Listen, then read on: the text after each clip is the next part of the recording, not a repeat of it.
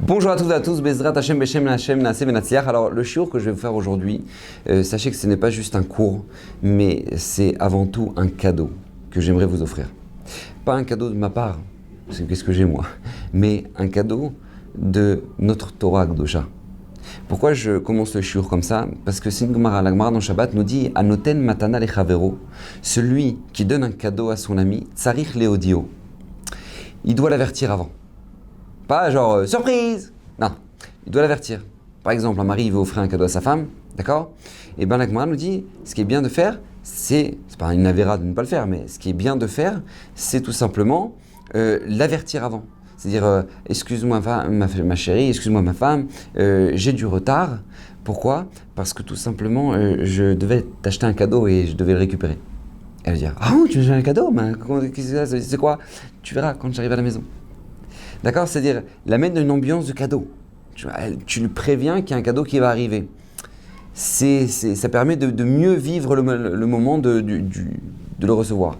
Et de haut on apprend ça, tout simplement du don de la Torah. Lors du don de la Torah, Kadosh Baruch Hu Hashem a dit à Moshe Rabbeinu, j'ai un cadeau à donner au Ham Israël qui s'appelle le Shabbat. Va les avertir. Va les prévenir que je vais leur offrir un cadeau.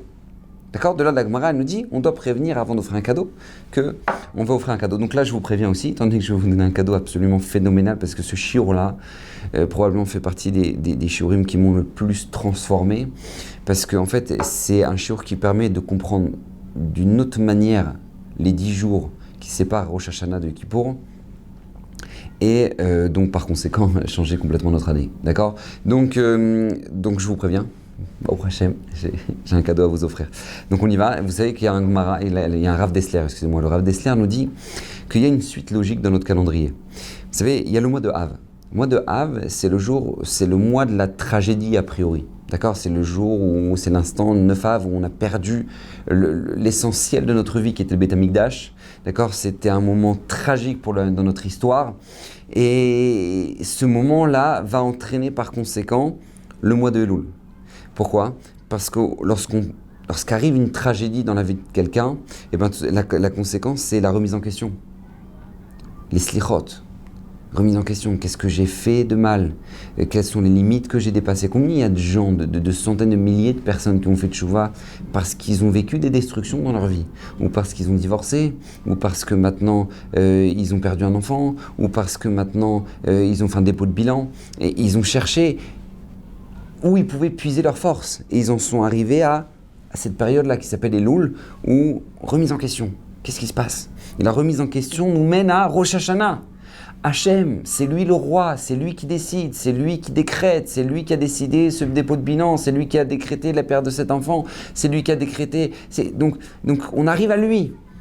Et quand on arrive au Melech Malcham Lachim, quand on arrive au roi des rois, et ben par conséquent on demande mais pardon Hachem, mais j'avais pas compris ça. J'avais pas compris que c'est toi qui gérais, j'avais pas compris que tu attendais quelque chose de moi, j'ai pas compris que tu me donnais une mission, j'ai pas compris que tu me faisais confiance Hachem. Pardon Hachem. Pardon, donc la suite c'est 10 jours de Tchouva et Yom Kippour, jusqu'à ce qu'on arrive à cet instant extraordinaire qui s'appelle Neila, la proximité avec Hachem, les portes du Aaron, ou là où est mis le Sefer Torah.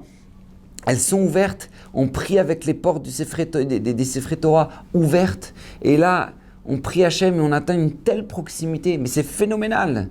C'est phénoménal, cet instant-là, c'est à tel point que le Harizal nous dit, tout le sens de Elul, c'est pour arriver à Rosh Hashanah. Et le sens de Rosh Hashanah, c'est pour arriver aux 10 jours de Tchouva. Et le but des 10 jours de Tchouva, c'est Yom Kippour. Et Yom Kippour, le but à atteindre, c'est Neila.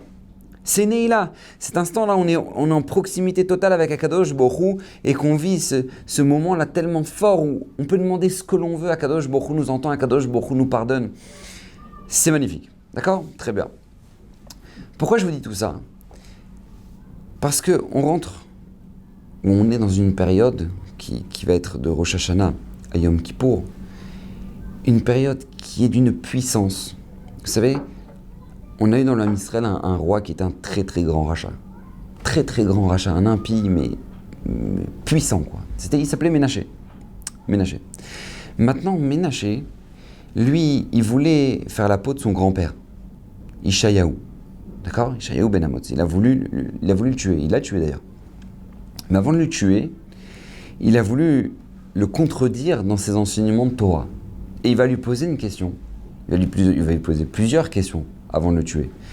Mais une des questions qu'il va lui dire, c'est comment toi, Yeshayahu, tu peux dire des psukim, des versets dans tes prophéties qui contredisent complètement la Torah. Pourquoi? Je donne un exemple. Yeshayahu a dit Dirshu Hashem beimatzo, cherchez Hashem, recherchez Hashem lorsqu'il est présent. Karaou beyato karov, appelez-le lorsqu'il est encore proche. Ça, c'est ce qu'il a dit Yeshayahu. Ménaché lui dit, ça veut dire quoi? Qu'est-ce que ça veut dire ce que tu viens de dire là, ce verset-là?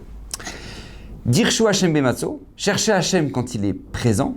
Il y a des périodes où il est moins présent et des périodes où il est présent, a priori, ce qu'on déduit. Karaou beyato karov, appelez-le lorsqu'il est encore proche. C'est-à-dire qu'on déduit qu'il y a des moments où maintenant Hashem est loin et des moments où maintenant Hashem est proche. Il lui dit, Ménaché, ça contredit un pasouk, ça contredit un verset méfourage de la Torah. La Moshe Rabbeinu dit l'inverse de ce que tu dis, comme ça il dit à son grand-père. Parashat Veitranan. Akadosh Baruch Hu. Non, excusez-moi, Parashat Veitranan. La Torah nous dit comme ça. Kimi goy gadol asher lo elokim krovim elav. Qui est ce peuple? Comme ça dit à Moshe Rabbeinu ou à Israël. Qui est ce peuple? Kimi goy gadol asher lo elokim krovim elav. Qu'Hachem est tellement proche de lui. Qu'Hachem Elokeinu bechol korenu elav. Comme Akadosh Baruch Hu l'est à chaque fois, à chaque instant qu'il l'appelle. Donc on voit de ce verset que quoi? Que Moshe Rabbeinu fait une éloge du Ham Israël. Soyez fiers de vous, comprenez la chance que vous avez. Que dès que vous appelez Akadosh Baruch Hu, Hachem est proche de vous. Dès que vous l'appelez. Asher lo Elokim krovim elav, qu'Hachem est proche de eux. Qu'Hachem Elokeinu bechol korenu elav, à chaque instant qu'on l'appelle. Donc tu vois bien que ça contredit complètement ce que tu es en train de dire. Et la suite de l'histoire va être que Ménaché va pourchasser son grand-père va se cacher dans un arbre, il va abattre l'arbre et tuer son grand-père comme ça. Mais cette question de Ménaché, c'est une véritable question. A priori, on a ces deux versets qui se contredisent. Et la Gemara elle-même, Masechet Rosh Hashanah, va poser cette question-là. Comment se fait-il que Yeshayahu peut a priori dire quelque chose qui contredit complètement Moshe Rabbeinu? Et en fait, la Gemara, elle va répondre là-bas que ça ne se contredit pas. Écoutez bien la réponse de la Gemara, c'est phénoménal. J'en ai les larmes aux yeux. C'est phénoménal ce qu'a dit la Gemara là-bas. Elle dit Kam beyachid vekan berabim. C'est-à-dire que ce que Moshe Rabbeinu a dit, que qui est ce peuple extraordinaire qu'Hachem est proche de lui dès que le peuple l'appelle, Moshe Rabbeinu parle lorsque l'homme Israël prie dans une assemblée, dans un minyan. Quand il y a un minyan de personnes, alors effectivement, la tefila monte directement à Kadosh Baruch Hu et Hachem est proche de eux. Cette proximité-là, on l'a par la force du minyan. Par contre, il y a une période dans l'année où maintenant Kadosh Baruch Hu est proche de chacun. Mais quand je vous dis il est proche de chacun, il est proche de chacun comme si chaque personne était un minyan. Chaque personne avait rassemblé une assemblée de personnes pour prier. Quand? À Sarayim et Tchouva, comme ça me dit la Gemara. Pendant la période de 10 jours de Tchouva, c'est là-dessus que Yeshayahu dit Dirshu Hashem beimatzo. Cherchez Hashem lorsqu'il est présent. Quand? Pendant ces 10 jours-là. Karou beyato karov, appelez-le lorsqu'il est encore proche. Lorsqu'il est là, lorsqu'il est présent parmi nous. Parce qu'après, il va repartir. On verra comment il va repartir, mais il va repartir Hachem. Donc là, vous avez cette proximité. Nous dit Yeshayahu, il nous dit quelque chose de phénoménal. Il nous dit que pendant la période de 10 jours de Rosh Hashanah jusqu'à Yom Kippour, chacun de nous avons la force dans notre filin de prier comme si maintenant, je ne sais pas si vous imaginez, je ne sais pas moi, vous voulez que avoir une nouvelle parnassa, vous voulez que votre affaire marche, d'accord? Vous voulez que votre affaire marche. Vous ouvrez un Télim pendant les 10 jours de Tchouva. Vous priez dans votre Amida pendant ces 10 jours-là, de Rosh Hashanah jusqu'à Yom Kippour. C'est comme si vous avez dit Moraï Rabotai, je voudrais que tout Yerushalayim se rassemble. Pourquoi? Pour prier pour moi. Voilà, s'il vous plaît, tout le monde prie pour moi. Voilà, vous êtes prêts? Tout le monde a des Télim? Ouais? Tout le monde prie pour que je puisse marcher dans les affaires là. D'accord? S'il vous plaît, tout le monde prie. Vous êtes prêts? Go! C'est la même puissance pendant les 10 jours de Tchouva. C'est-à-dire que maintenant, Akadosh Baruch Hu nous a fait ce cadeau que chacun de nous, lorsque l'on prie, c'est la puissance de toute une assemblée. Mais comment c'est possible? Alors vous savez, je vais vous dire une chose. Pour comprendre le principe de la réponse, je suis obligé de rappeler une parole que disait mon Rosh Yeshiva à chaque fois, Rav Samuel. Il nous disait, il y a une règle qu'il ne faut jamais oublier, c'est la première mitzvah de la Torah. La première mitzvah de la Torah, c'est de ne pas être bête. Lorsque nous, on aime toujours les bonnes solutions, on aime toujours les bons plans. Ça nous fait toujours plaisir. Tu vois, on te dit, vas-y, prends un Tehillim, c'est comme si tout le monde a prié pour toi, ouais, oh, trop bien. On aime toujours les ségoulottes, d'accord? On est fan de ségoulottes. Mais, première mitzvah, c'est de ne pas être bête. Pourquoi? Comment se fait-il que pendant ces 10 jours-là, il y a une telle puissance? Qu'est-ce qui se passe? Pourquoi, qu'est-ce qu'il y a dans ces 10 jours du calendrier, il y a une telle puissance que chacun de nous, lorsque l'on prie, on a la puissance de toute une assemblée? Comment c'est possible? Alors la réponse, elle se trouve Parashat Azinu. Parashat Azinu, Akadosh Baruch Hu, dans la Shira, dans le cantique de Azinu, Akadosh Baruch Hu se compare à un aigle. D'accord? Et nous, on est comme les oisillons qui sommes dans le nid. Écoutez bien ce que nous dit Hachem. C'est marqué « Kenesher Ya'ir Kino ». Akadosh Baruch Hu, il est comme un aigle qui, lorsqu'il va réveiller son nid, un aigle, il n'arrive jamais sur le nid d'un coup. Boum! Parce que sinon, les oisillons, ils vont faire un arrêt cardiaque. D'accord? Ils voient un oiseau comme ça, de 3 mètres d'envergure, boum! Qui arrive. Non, pas 3 mètres, mais d'accord, 2 mètres. Qui arrive comme ça sur le nid. Ils vont pas tenir le coup. Donc, qu'est-ce que fait un aigle? Ça nous dit Hachem dans sa Torah. Kenesher Yair Kino al Gozala Virachef. Il plane au-dessus du nid. L'aigle, comme ça, il fait des cris comme ça, et il plane au-dessus du nid. Pourquoi? En attendant que les oisillons se réveillent. Lorsque les oisillons le voient, ils commencent à l'appeler. Et seulement ensuite, c'est quoi? Frosk nafav, ikacheu, isaeu al evrato. Et seulement après, il descend dans le nid, il les prend sur lui et il les emmène sur l'envergure de ses ailes. D'accord? Ça nous dit le passouk. De quoi il parle? Pourquoi Kadosh Baruch Hu, il a besoin de nous dire oui, il y a des cornets qui tournent, qui arrivent au-dessus du nid? De quoi on parle? De quoi on parle? Les commentateurs Chachamim nous disent que dans ce passouk, en fait, se cache la manière dont Hachem agit pendant le mois de Elul. Pendant la période de Elul, Kadosh Baruch Hu, il est là, tu sens l'ambiance, elle change. Tchouva, slichot. Les gens, ils essaient de se bonifier, tu sens qu'Akadosh Baruch Hu va arriver là. Ça va être Rosh Hashanah. Lorsqu'il arrive Rosh Hashanah Yom Kippour, pendant ces 10 jours-là, l'aigle est descendu dans le nid. Akadosh Baruch Hu est présent parmi nous pendant ces 10 jours-là. C'est pour ça que si vous faites attention, la représentation qu'il y avait sur le rideau, qui séparait le Kodesh du Kodesh à Kodashim, vous savez que dans le Beth Amikdash, il y avait le Kodesh. C'est quoi le Kodesh? C'était l'endroit où il y avait la Menorah, le Mizbeach, l'autel avec les encens, et les tables avec les 12 pains. D'accord? Et ensuite, il y avait un rideau qui séparait avec le Kodesh à Kodashim, le Saint des Saints. C'est là où il y avait le Aaron, à Brit, avec d'accord, l'arche, avec les chérubins, avec qui cachaient les 10 tables, les 10 commandements, les tables avec les 10 commandements. D'accord? Donc, ce rideau-là qui séparait le Kodesh du Kodesh à Kodashim, il y avait une représentation dessus. Quelle était la représentation? C'était un aigle. C'était un aigle. Maintenant, je ne sais pas si vous avez déjà fait attention, mais la seule fois de toute l'année où le Kohen Gadol, l'homme le plus kadosh, pouvait rentrer dans le Kodesh à Kodashim, c'était pendant quel jour? Le jour de Yom Kippour. Le jour de Yom Kippour. Et combien c'était grave si maintenant le Kohen ou n'importe quel autre Kohanim voulait rentrer dans le Kodesh à Kodashim. Il mourrait sur place le reste de l'année. Il mourrait sur place. Nadav et Avihu, ils en ont payé leur vie. Les 2 fils de Aaron, le jour de l'inauguration du Mishkan, le petit Beth Amikdash qu'on avait dans le désert, ils étaient tellement, ils voyaient la Shrina qui descendait dans le Ham Israël, la folie, c'était un truc mais inimaginable. Le Ham Israël, ils étaient aimantés par Hachem. Et là, qu'est-ce qui se passe? On a envie d'être proche de lui. On a envie d'offrir des encens dans le Kodesh HaKodashim. Ils ont voulu faire ce que fait le Kohen Gadol aujourd'hui Yom Kippour. Ils ont voulu le faire le jour de l'inauguration du Mishkan. Ils sont rentrés avec une pelle comme ça. Ils ont voulu offrir des encens et ils en sont morts.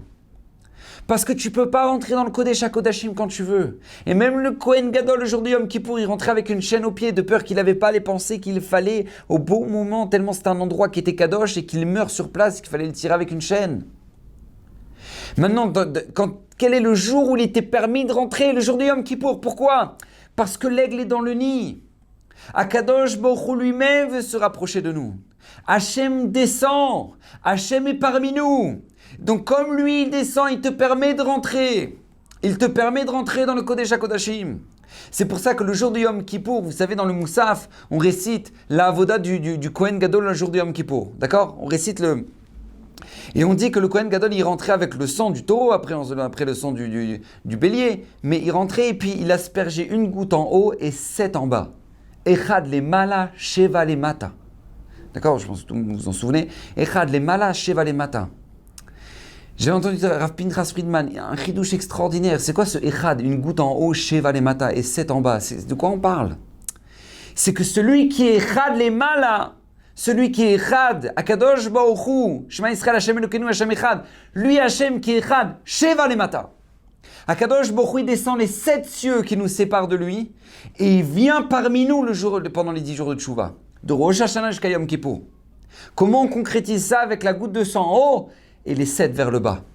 Hachem est là, Akadosh Baruch Hu est là, il est parmi nous.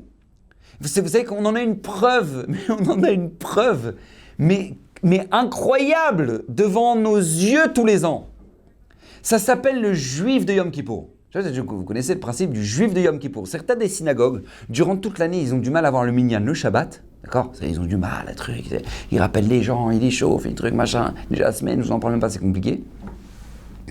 Et là, qu'est-ce qui se passe? Le jour de Yom Kippour, on est obligé de sortir les chaises en plastique parce qu'il n'y a plus de place dans la synagogue. Mais d'où ils sortent? Je vous en supplie, donnez-moi une explication. D'où ils sortent ces juifs de Yom Kippour? Mais c'est qu'ils ont un groupe WhatsApp ou quoi? Ils ont un groupe WhatsApp pour regarder, les mecs, J-5, ça va être Yom Kippour bientôt, tous rendez-vous à la synagogue. Mais quoi, c'est les... Mais je comprends, dans la logique, d'accord? Au lieu de venir à Kippour, viens à Purim. Je sais pas si tu viens une fois par an. Viens à Purim. Au moins, c'est sympathique, Mishloch Emanot, Mishte Vesimcha, la Megillah, tout le monde est déguisé. Sympathique. Sympathique. Si tu viens au moins une fois par an à la synagogue, viens à Purim. Ça mange, c'est sympathique, ambiance, tout le monde fait du bruit, tu es avec les enfants ils sont déguisés. Tout le monde s'éclate. Viens à Purim. Non, ils viennent à Kippour. Genre le jour où les gens ils sont chenfa comme ça, ils sont pas bien. Ils n'ont pas mangé de la journée.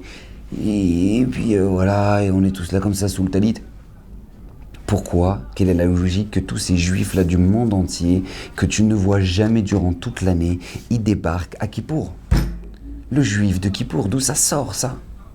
Et la réponse, elle est très simple. Parce qu'Hachem descend parmi nous à Kippour.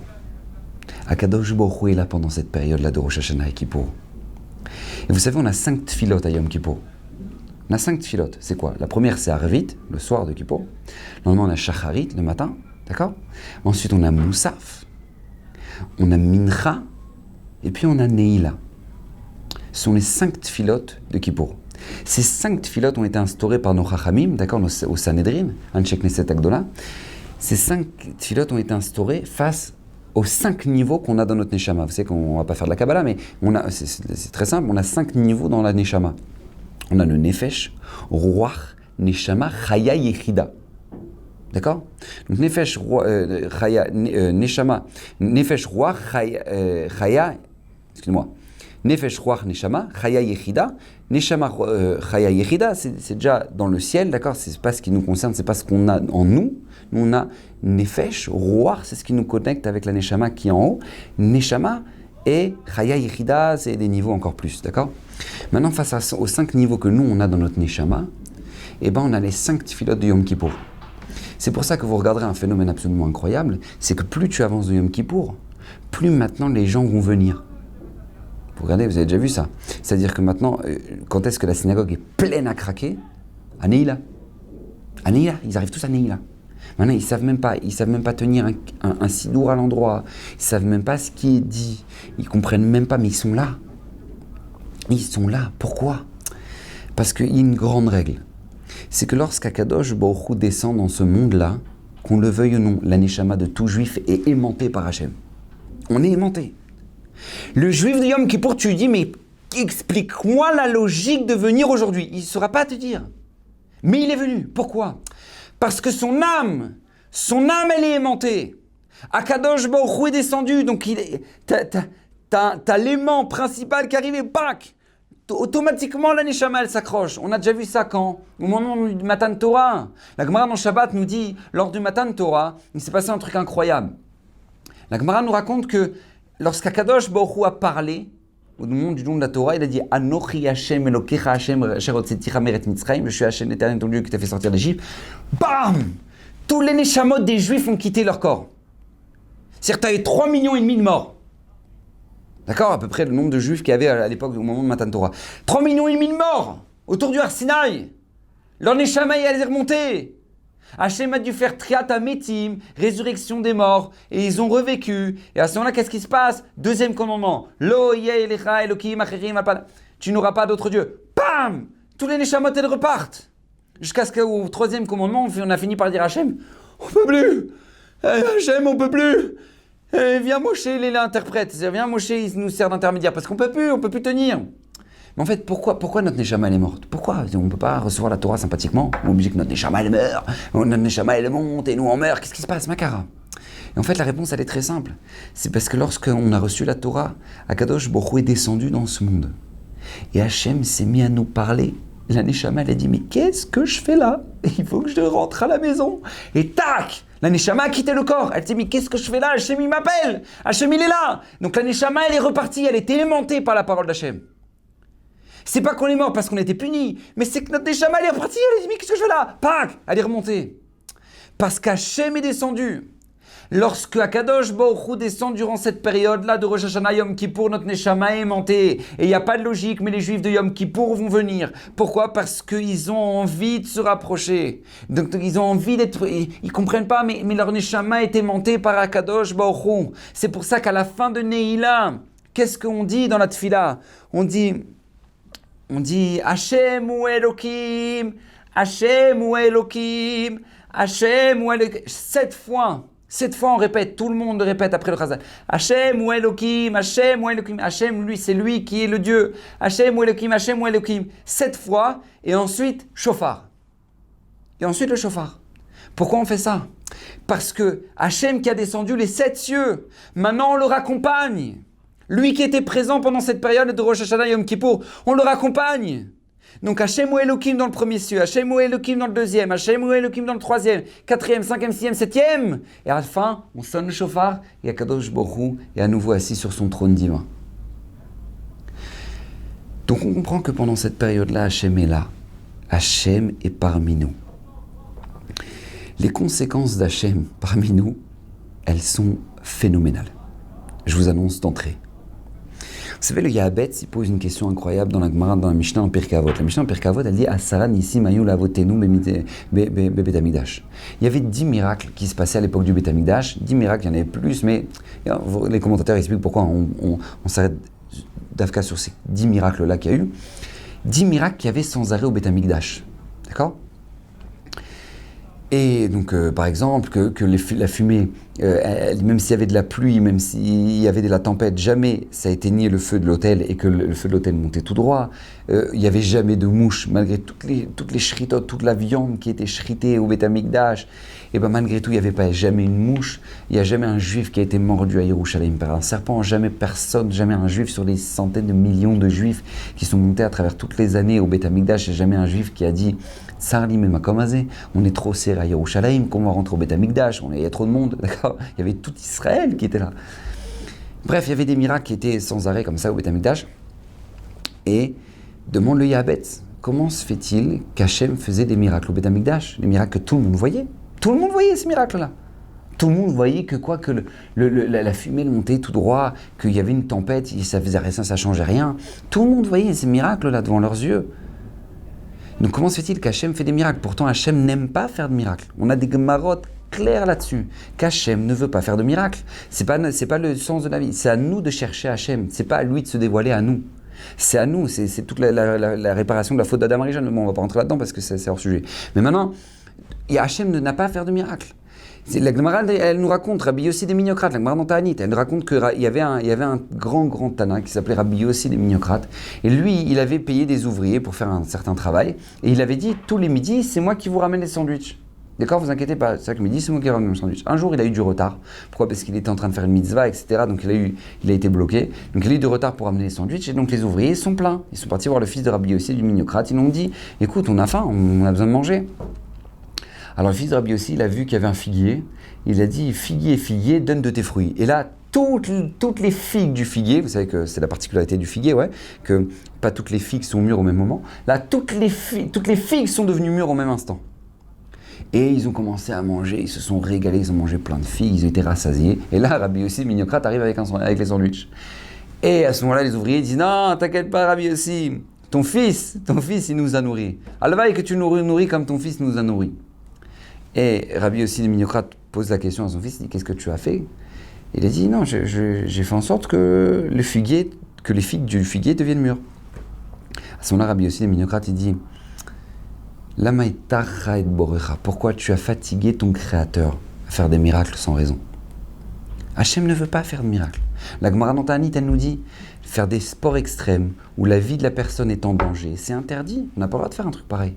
Si la vie de la personne est en danger lorsqu'il fait ça, il n'a pas le droit. Pourquoi? Parce que la Gemara nous dit on n'a pas le droit de se mettre en danger, on n'a pas le droit de passer à côté d'un mur qui peut s'effondrer, on n'a pas le droit de mettre notre vie en danger. Pourquoi? Elle dit la Gemara parce que de peur que la personne n'ait pas de miracle et que la personne va mourir. Et que si jamais maintenant on lui fait un miracle, Menakimlo misruyotav, a dit la Gemara, on va lui enlever tous ses mérites. Pourquoi? Parce que tu as forcé Hachem à faire un miracle. Tu dois payer ça. Comment? Avec tes mérites. Hachem Irachem. Donc là, on voit clairement de la Gemara que Hachem ne veut pas faire de miracle. On ne peut pas forcer Hachem à faire un miracle, sinon c'est sur nos mérites à nous. Donc alors demande le Yahabetz, comment se fait-il au Beth Amikdash que maintenant il y avait des miracles sans arrêt au Beth Amikdash? Pourquoi? Et là le Yahabetz nous donne la réponse. Écoutez bien la réponse, elle est extraordinaire. Me dit le Yahabetz pour la simple et bonne raison qu'au Beth Amikdash, dans l'endroit où Hachem habite, un miracle, c'est pas un miracle, c'est la nature des choses. Dans la maison d'Hachem, qui est un miracle, c'est pas un miracle, c'est normal, c'est la maison d'Hachem. On voit bien dans le Chumash, c'est marqué que, par exemple, ne serait-ce que quand tu lis la Torah, Akadosh Baruch Hu demande de construire un Mishkan. Maintenant, le Mishkan, la maison, le petit temple, là, le petit Beth Amikdash qu'on avait dans le désert, l'endroit du Kodesh HaKodashim, du Saint des Saints, il devait faire 20 de large. Ok. Maintenant, dans le Beth Kodesh HaKodashim, on devait mettre le Aaron, d'accord, la boîte avec les chérubins. Et la Torah nous dit, tu mettras le Aaron et chaque paroisse sera à 10 de chaque côté. Attends, excuse-moi, temps mort, 2 secondes. Comment ça peut faire 20 de large? Et quand tu as mis le Aaron, tu as 10 de chaque côté. Et le Aaron, il est où, lui? Il fait 2,5, il est où? Il n'existe plus? Il est écrasé? Il est où? C'est pas une question. Rabotai, ce n'est pas une question ce que je viens de vous dire. Vous savez pourquoi? Parce que dans la maison d'Hachem, tu verras que si tu fais la mesure et tu fais toute la largeur, ça fera 20. Mais quand tu prendras la distance de chaque côté du Aaron, tu verras 10. Et c'est comme ça. Et pourquoi? Parce que c'est la maison d'Hachem. Et la maison d'Hachem, il y a des miracles. C'est normal, c'est la nature des choses. C'est la nature des choses parce qu'Hachem est là. Celui qui est infini rentre dans le fini. Et donc forcément que le fini devient fini. C'est comme ça que ça marche. C'est la maison d'Hachem. De là, on comprend un phénomène, qu'à chaque fois qu'Hachem va descendre dans ce monde, la nature va se transformer. Il va y avoir des miracles. Parce que c'est normal. Puisqu'Hachem descend, la nature, les miracles deviennent nature.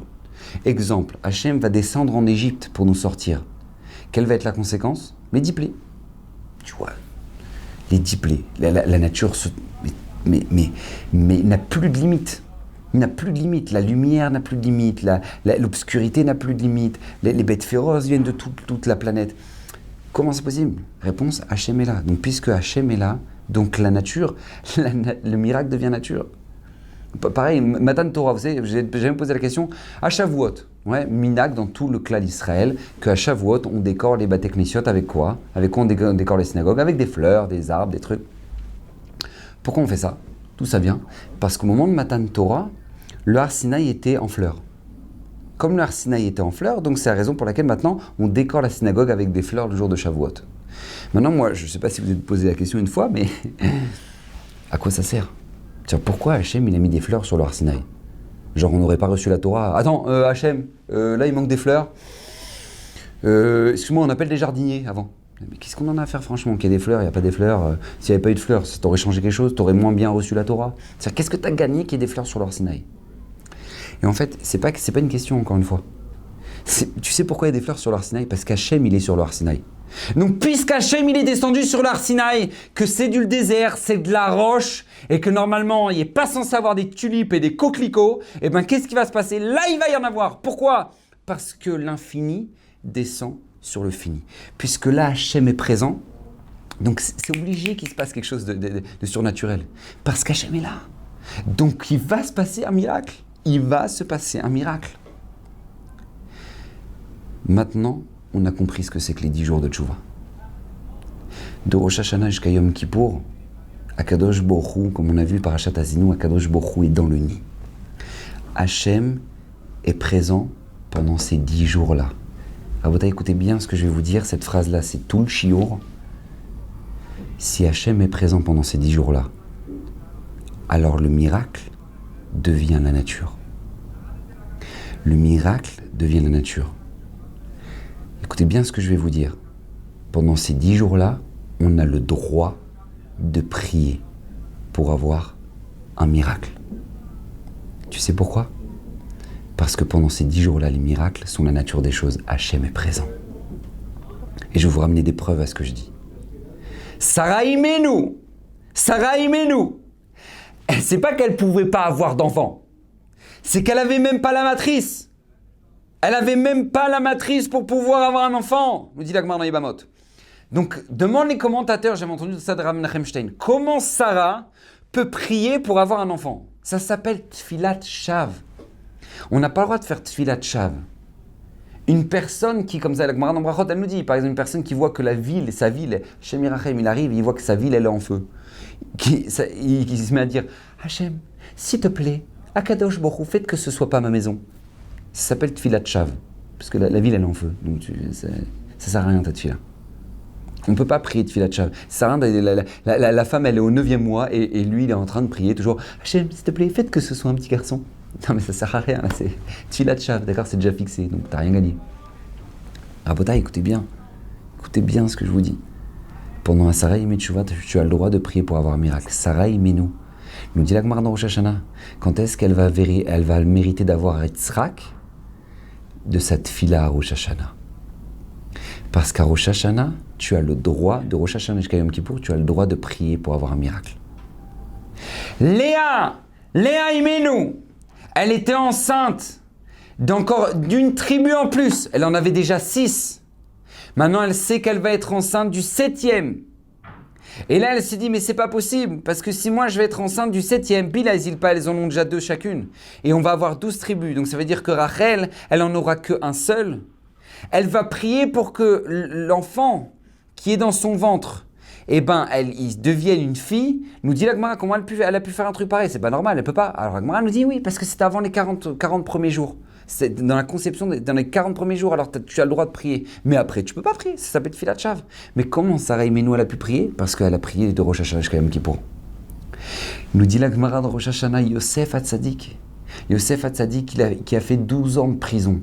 Quand est-ce qu'il va sortir de prison? Le jour de Rosh Hashanah. Moi, je pose la question. La Gemara, la Torah, c'est un livre d'histoire? C'est-à-dire, si jamais maintenant, toi, t'arrives pas à dormir la nuit parce que t'es angoissé, tu te rappelles, tu ne sais pas quand est-ce que Yosef est sorti de ses 12 ans de prison.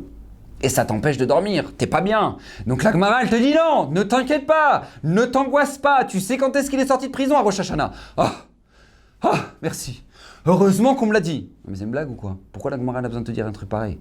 Il y a énormément de détails dans la vie de Moshe Rabbeinu, dans la vie d'Abraham, dans la vie d'Yitzhak, dans la vie de Yosef qu'on ne connaît pas. Qu'est-ce qu'on a besoin de te dire? Quel jour il est ressorti de Yosef de prison? C'était le jour de Rosh Hashanah. Ça t'a changé quoi? Ça te fait avancer dans ta vie? Ça t'a changé quelque chose? La Torah, c'est un enseignement. Qu'est-ce que ça vient t'apprendre? Réponse, écoutez bien. C'est que de Rosh Hashanah Yom Kippour, lorsqu'on prie pour avoir un miracle, pour sortir de la prison dans laquelle on peut être. Pour certaines personnes, la prison, c'est dans leur shalom bayit. Pour d'autres, la prison, c'est dans l'éducation de leurs enfants. Pour d'autres, c'est dans leur société qui ne marche pas. Pour d'autres, tu pries de Rosh Hashanah, Yom Kippour. Hachem te sortira de ta prison. Parce que tu peux avoir des miracles. Et Yosef est sorti de prison, de 12 ans de prison le jour de Rosh Hashanah. Bien évidemment, par le mérite de quoi? De cette fille-là. Écoutez bien, ce Gaon de Vilna. Le Gaon de Vilna nous dit que dans l'année, il y a 355 jours lunaires et 365 jours solaires. Notre calendrier, il est quoi? Il est lunaire ou solaire, non? Nous, on a un calendrier lunaire. On rajoute tous les 3 ans un mois de Hadar. Pourquoi? Parce que justement, on a besoin que Pessah soit au printemps et que Sukkot soit en automne. Mais sinon, notre calendrier, nous, il est lunaire. Alors combien il y a de jours entre le calendrier solaire et le calendrier lunaire? 10 jours de différence. Chaque année, on perd 10 jours. C'est quoi ces 10 jours?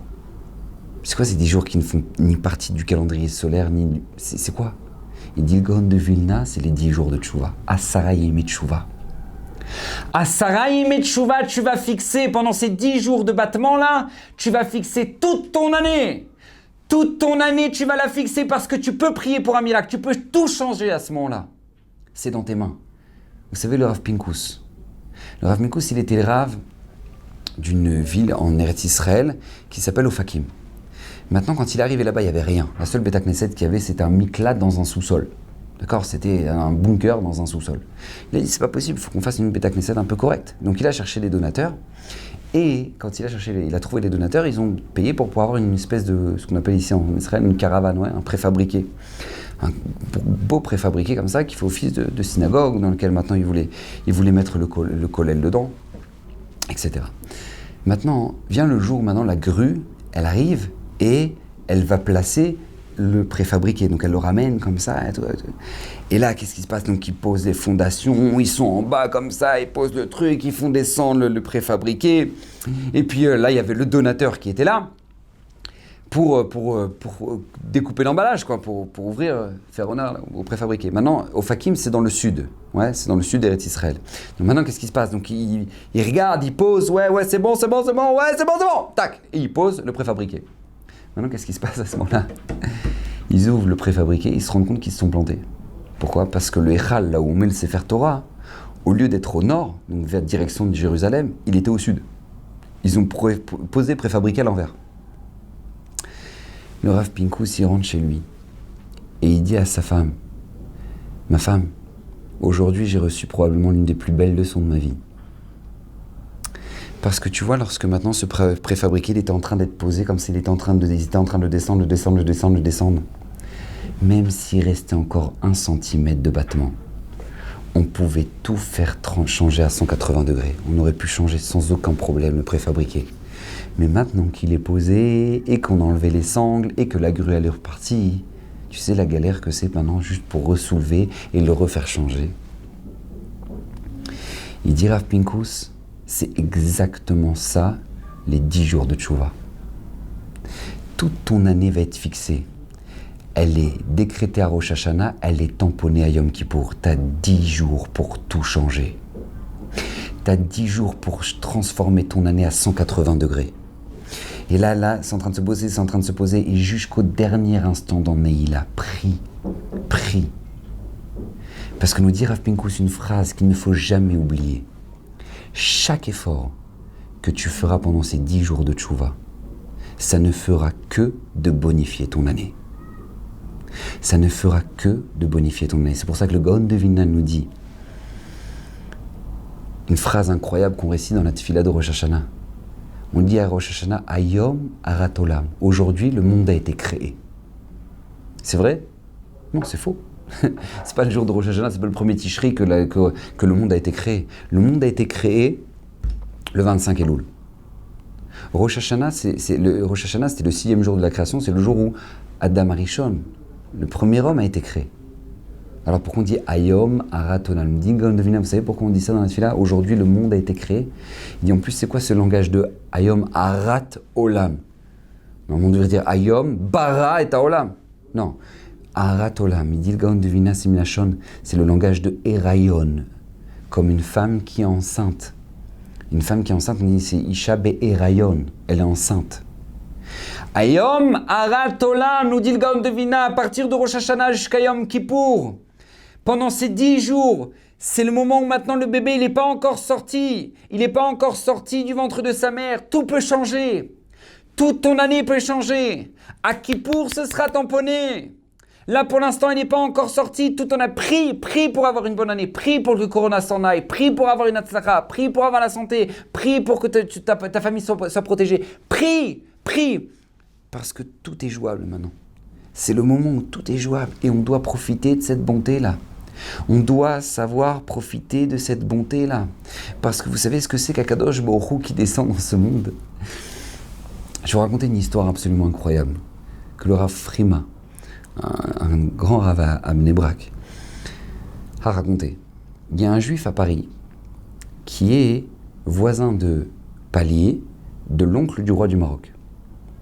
D'accord ? Maintenant, il sympathise avec lui parce que lui, c'est un juif marocain. Et le voisin, c'est un Marocain, d'accord, c'est l'oncle du roi du Maroc. Donc, qu'est-ce qui se passe ? Donc, il sympathise avec lui, etc.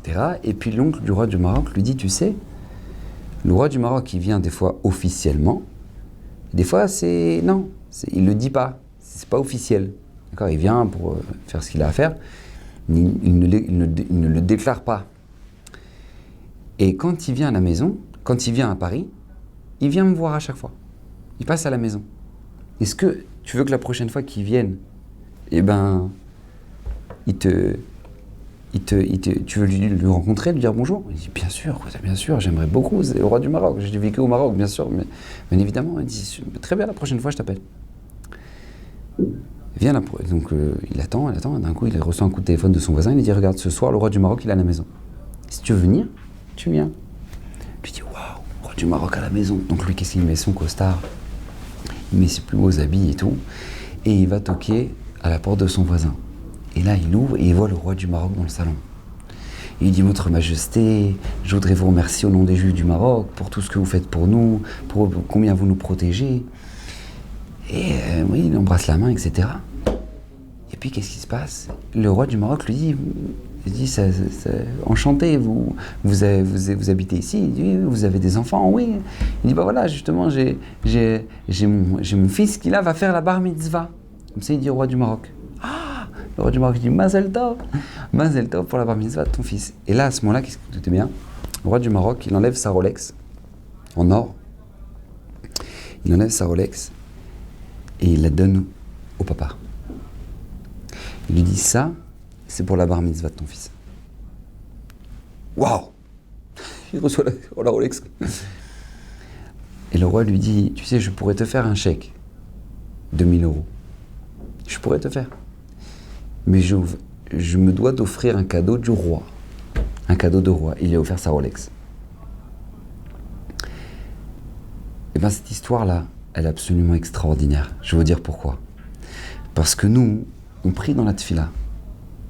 Al tashivenu milfanecha, al tashivenu reka milfanecha, Kadosh Baruch Hu, ne nous fais pas repartir de ces jours-là de Rosh Hashanah Yom Kippour sans rien, sans avoir reçu ta bracha, sans avoir reçu tout ce que tu veux nous donner. Al tashivenu reka milfanecha. Et on continue, on dit milfanecha malkeinu al tashivenu. De devant toi, notre roi, al tashivenu, ne nous fais pas partir sans rien. Pourquoi on rajoute ce mot, la malkeinu ? Parce que comprends que t'as Kadosh Baruch Hu devant toi, c'est le Melech Malchei Melachim, le roi de tous les rois, Kadosh Baruch Hu. C'est lui que tu rencontres à Rosh Hashanah, c'est à lui que tu parles jusqu'à Neila. Tout peut se jouer. Vous savez, ce pasouk de Haazinu, il est absolument magnifique. Lorsqu'on compare à Kadosh Baruch Hu à l'aigle qui descend dans le nid, vous savez, un aigle, lorsqu'il descend dans le nid, c'est pour deux choses. Ou pour nourrir ses bébés, ou pour les protéger. C'est ou l'un ou l'autre. Lorsqu'Akadosh Baruch Hu descend pendant Rosh Hashanah et Kippour, il descend ou pour nous protéger, ou pour nous donner. C'est ce qu'Hachem veut. Vous savez, le Rabbi Levi Yitzhak Barditchov, il dit une phrase tellement belle. On dit dans les Slichot, Anachnu meleim avonot, ve'ata male rachamim. Comme ça on dit dans la tefila. Anachnu meleim avonot, Akadosh Baruch Hu, nous on est remplis de fautes. Avalata male rachamim, toi tu es rempli de miséricorde. Nous dit Rabbi Levi Tzrak Mbadchov. Qu'est-ce qu'on dit dans notre tefila? Akadosh Baruch Hu, c'est vrai, j'ai fauté. Hachem, je te demande pardon. Mais moi je suis rempli de fautes. Mais combien je mesure moi? 1m80. 1m80 de fautes. Mais toi, tu es sans fin. Tu es infini. Atamalei rachamim. Toi, tu es infini dans la miséricorde. Parce qu'Hachem, il est infini. Akadosh Baruch Hu, il veut ton bien. Akadosh Baruch Hu, il veut te donner. Mais je ne vous cache pas que c'est à double tranchant. C'est vrai. Parce qu'Akadosh Baruch Hu descend, on peut prier pour des miracles. Parce que le miracle devient la nature des choses. Et on doit profiter de cette période-là. On a le Mêler devant nous. On a le roi parmi nous. On doit lui demander, on doit se comporter mieux, on doit faire choix. C'est vrai. Mais Rabotai, écoutez bien, c'est à double tranchant. C'est à double tranchant, je vais vous dire pourquoi. Vous savez, la Gemara, elle nous dit comme ça. Elle nous dit qu'une fois, il y avait un Rav qui s'appelait Rav. Rav, dans la Gemara. Rav, il y a le boucher de la ville qui s'est très mal comporté envers lui, avec une arrogance terrible. Et Rav attendait que le boucher vienne le voir pour lui demander pardon avant Rosh Hashanah Yom Kippour. Et le boucher n'est pas venu. Donc Rav décide d'aller lui-même jusqu'à la boucherie en espérant que quand il va arriver là-bas, le boucher lui dit « Ah, Rav, pardon, je vous demande pardon, j'ai complètement oublié de venir vous demander pardon avant Yom Kippour, excusez-moi pour ce que j'ai fait cette année. » Qu'il embrasse les pieds. Parce que c'est très très grave ce qu'il avait fait le boucher. Donc Rav va vers la boucherie et sur le chemin il rencontre Ravuna. Et Ravuna lui dit qu'est-ce que tu vas faire? Il dit je vais voir le boucher pour essayer de faire le shalom avec lui. Ravuna se tourne vers ses élèves, il dit Rav va pour tuer le boucher. Rav va tuer le boucher. Et qu'est-ce qui se passe? Lorsque Rav là, arrive sur place, le boucher le regarde et dit qu'est-ce que tu fais là toi le rabbin? Dégage, je ne veux pas te voir ici, je ne veux pas te voir dans mon magasin, sors ici. Et il rajoute sur sa faute. Le boucher se retourne, il s'apprête à couper un morceau de viande, il tape dans un os, l'os sort de la viande et il lui rentre dans la gorge. Il lui rentre dans la gorge et il meurt. Ravi Tzalé Blazer il pose deux questions incroyables sur cette Gemara. Il dit première question, de qui Rav il a appris que si jamais maintenant le boucher n'est pas venu, toi vas-y. C'est pas marqué dans le Shulchan Aruch. Dans le Shulchan Aruch, c'est marqué quand quelqu'un a blessé une autre personne, il a le devoir d'aller le voir, de lui demander pardon. C'est vrai, c'est une halakha dans le Shulchan Aruch. Il a le devoir de lui se déplacer. Mais si l'autre il s'est pas déplacé, d'où tu sais que c'est pas marqué dans le Shulchan Aruch que tu dois aller le voir, passer devant, lui dire regarde je suis là, on sait jamais si tu as envie de te réveiller pour nous donner pardon. C'est pas marqué ça. Donc d'où Rav il a appris? De qui Rav il a appris ça? Première question de Rav Tzalé Blazer. Deuxième question, comment Ravuna il savait que Rav allait que le boucher allait mourir de ça? Donc, comment il savait? Il répond Rav Tzalé Blazer. Rav, il a appris ce comportement d'Hachem. Rav, il a appris ce comportement d'Akadosh Baruch Hu. Nous Rav Hayom. Pourquoi? Parce qu'en Elul, Hachem descend vers nous. De Rosh Hashanah Kippour, Hachem il est parmi nous. Mais pourquoi? Pourquoi? Pour que nous on vienne vers lui. Pour que nous on soit aimantés vers lui. Mais c'est à double tranchant. Parce que si le Rav s'est déplacé jusqu'à chez toi, et que tu as été incapable de demander pardon, tu rajoutes sur ta faute. Et il en est mort. Et vous regardez, toutes les fois dans l'histoire où Hachem est descendu parmi nous dans ce monde comme ça, comme plusieurs fois on voit dans la Torah, et bien c'est à double tranchant. Si l'être humain n'a pas fait de tchouva, c'était la catastrophe. Je donne un exemple très simple, la tour de Babel. La tour de Babel, Akadosh Baruch Hu, il a dit aux Malachim, venez, on va regarder ce qui se passe. Hachem est descendu. Pourquoi Hachem est descendu? Encore une fois, parce que s'il descend vers nous, alors que s'il descend vers l'être humain automatiquement est aimanté vers lui. Et il commence à faire tchouva. Mais puisqu'ils n'ont pas fait tchouva, qu'est-ce qui va se passer? Catastrophe, destruction complètement de la tour de Babel. Sdom ve'Amora. Kadosh Baruch Hu va descendre à Sdom pour regarder ce qui s'est passé. Pourquoi il descend vers Sdom? En espérant créer chez eux une pensée de tchouva. Et ils n'ont rien fait. Destruction de Sdom. L'Égypte, pareil. Hachem descend en Égypte pour nous sortir. Ok, mais les Égyptiens, eux, ils ne se réveillent pas. Vous vous réveillez pas, destruction de l'Égypte. Pareil au moment du veau d'or. Le veau d'or, Akadosh Baruch Hu est là, tu es devant le Har Sinaï est en feu. Il est en feu, tu vois le Har Sinaï en feu, tu viens de recevoir la Torah. Tu n'as rien d'autre à faire qu'un veau d'or devant Akadosh Baruch Hu. Pour ça que le veau d'or, c'est la pire de toutes les avérotes que l'homme Israël a fait. Et qu'on va le payer jusqu'à l'arrivée du Mashiach, la faute du veau d'or. Pourquoi ça double tranchant? Tu es devant Hachem et tu te permets de faire une chose pareille. Alors maintenant, on va pouvoir comprendre pourquoi il y a une halakha qui est a priori anti-Torah. Incroyable. Une halakha a priori qui est anti-Torah dans la Shulchan Aruch pendant la période de Yamim Noraim, de Rosh Hashanah jusqu'à Yom Kippour. Shulchan Aruch nous dit comme ça, une halakha, il dit pendant ces 10 jours de tchouva, c'est bien de faire semblant. Clairement, je vous traduis littéralement, c'est ça. C'est bien de faire semblant. Pourquoi? Celui qui maintenant a l'habitude de manger du pain cuit par les goïms, alors parce que, non, bien sûr, s'il n'y a pas de problème de graisse animale, etc., et bien que pendant ces 10 jours-là de tchouva, il mange du pain juif, fait cuit par un juif. C'est-à-dire qu'on fasse semblant, qu'on change dans notre comportement. C'est-à-dire qu'en gros, d'accord, t'as les baguettes que tu as achetées chez Paul, d'accord, disons, si c'était cachère, si c'était en tout cas pas problématique, t'as les baguettes que tu as l'habitude de manger, et puis qu'est-ce qui se passe? Là, oh là là, Rosh Hashanah, Kippour, oh non, faut que j'achète au cachère. Donc tu vas acheter le pain au cachère. Et en attendant, tu as mis les baguettes au congélo. Tu as fini Yom Kippour, tu décongèles les baguettes. Je n'ai pas compris, tu as gagné quoi? Hachem, il n'a pas vu. Hachem, il n'a pas vu qu'à Rosh Hashanah, Yom Kippour, que tu avais des baguettes dans le congélo. Hachem, il n'a pas... Comment le Shulchan Aruch peut nous dire pendant des 10 jours de tchouva, tu fais semblant? Essaie de faire un truc que tu fais pas, mais fais-le quand même. Fais tménik. Mais c'est d'où on fait tménik, nous? On te demande au contraire d'être toujours cohérent, d'être toujours comme tu es à l'intérieur, tu es à l'extérieur. Ce qu'on attend de nous sans arrêt, c'est le travail de la vie, d'être à l'extérieur ce qu'on est à l'intérieur, d'être à l'extérieur ce qu'on est véritablement à l'intérieur. Alors pourquoi maintenant on te demande fais genre pendant 10 jours? Pourquoi c'est quoi ça la qui contredit complètement a priori la pensée de la Torah? Et la réponse, elle est très simple. Vous savez, imaginez-vous si Raphaël Kanievski, on vous annonce que Raphaël Kanievski arrive chez vous à la maison. D'accord? Tu vas recevoir le Gadol Hador chez toi. Il est de passage, tac tac en France, ou je sais pas. Il est de passage, on te demande, Raphaël Kanievski, il arrive là, dans 5 minutes il arrive. Maintenant, toi, tu es devant la télé. Tu dis, oh purée, attends, c'est pas possible, j'ai la télé allumée. Qu'est-ce que tu vas faire? Quand Raphaël Kanievski il sonne, tu vas dire quoi? Tu vas, attendez, c'est juste la fin des infos, 2 secondes. Je vais éteindre, mais juste je voulais regarder ce que disait Macron. Est-ce que ça va te monter à l'esprit un truc pareil? Même quelqu'un qui est pas religieux, il reçoit un rave chez lui. Il éteint la télé. Il y a un rave à la maison. Mais pourquoi tu la regardes pas cette télé? Si, tu la regardes cette télé. Mais pourquoi maintenant tu l'éteins? Parce que pour le kavod du rave. Eh bien c'est ça l'halakha que nous dit le Shulchan Aruch pendant ces 10 jours de tchouva. Tu sais, pendant ces 10 jours-là, change ton comportement. Ah, mais c'est pas vraiment ce que je suis. Ah, mais c'est vraiment comme ça. Je me sens pas vraiment sincère. Ça change rien. T'as intérêt à changer. Tu sais pourquoi? Fais semblant au moins. Pourquoi? Parce qu'Hachem, il est là pendant ces 10 jours de tchouva.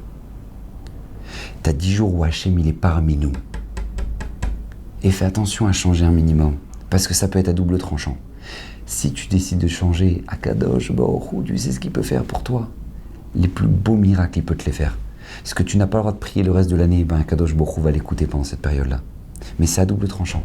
C'est pour ça qu'on doit faire semblant de bien se comporter, parce qu'on ne reçoit pas seulement Raphaël Kanievski, mais on se reçoit Hachem Barar. Donc profitons de ces jours-là. Ne perdons pas un instant, que ce soit dans notre filote, que ce soit dans notre comportement. Parce que n'oubliez jamais ce que dit le Rav Pinkus. Chaque instant, chaque effort que vous ferez pendant cette période-là changera en bien votre année. Shana Tova. La ligne d'écoute Torah Box, c'est une équipe de thérapeutes et coachs bénévoles à votre disposition chaque jour pour vous écouter et vous aider à surmonter votre difficulté. Problèmes de couple, solitude, dépression, violence, harcèlement. Vous n'êtes plus seul, nous sommes là. La ligne d'écoute Torah Box, un service unique, gratuit pour vous. Depuis la France au 01 80 20 5000 et en Israël au 02 37 41 515.